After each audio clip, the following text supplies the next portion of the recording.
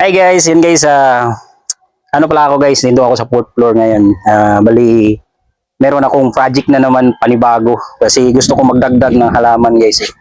So bumili ako ng lupa, yan, yan, lupa, tsaka yung mga lagayan ko dito. Yan. Kasi gusto ko magtanim ng ah, talong, magdagdag ako ng talong, tsaka ano, ito pala. So yung nabili ko, yan, talong, tsaka okra.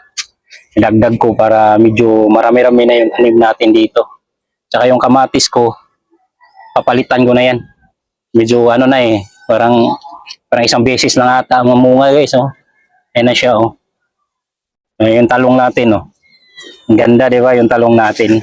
Yan guys, maglagay na tayo ng lupa. Yan. Bali ano to guys eh. Loam soil tsaka ano to. Ihalo-halo ko lang.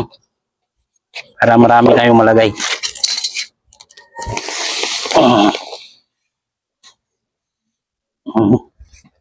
Yan, marami-rami na tong tanim guys. Malagay natin dito. Ito, dalawang tanim ko ilagay dito. Ito, dalawa. Ito, dalawa din ito. Ito, tag-isa lang to kasi isa lang ano to. Ito, dalawa. Yan.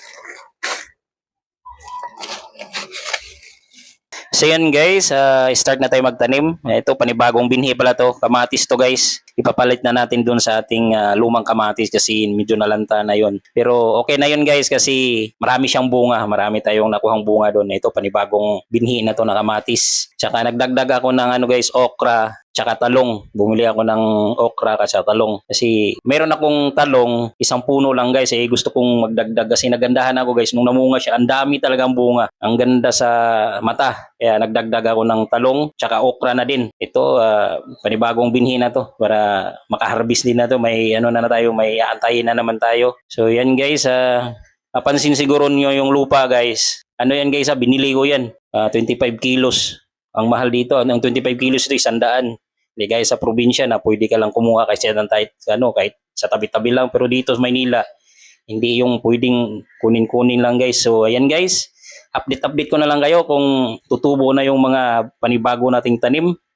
So yan lang yung ano natin guys. Kung meron tayong mga espasyo, pwede natin gawin to.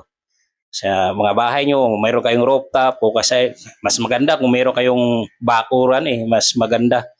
Yan yung mas ano kasi mas makatipid kasi tayo sa mga ano kasi ang mahal talaga ng mga gulay, kamatis, kahit anong basta mahal lahat ng bilihin. Kaya ito sinagaan ko lang dito kung anong gusto kong itanim, basta makapanibangan, basta magamit sa ano natin sa pagluluto, yan tinatanim ko. So yan, nagano na ako ng buto ng ano yan, okra.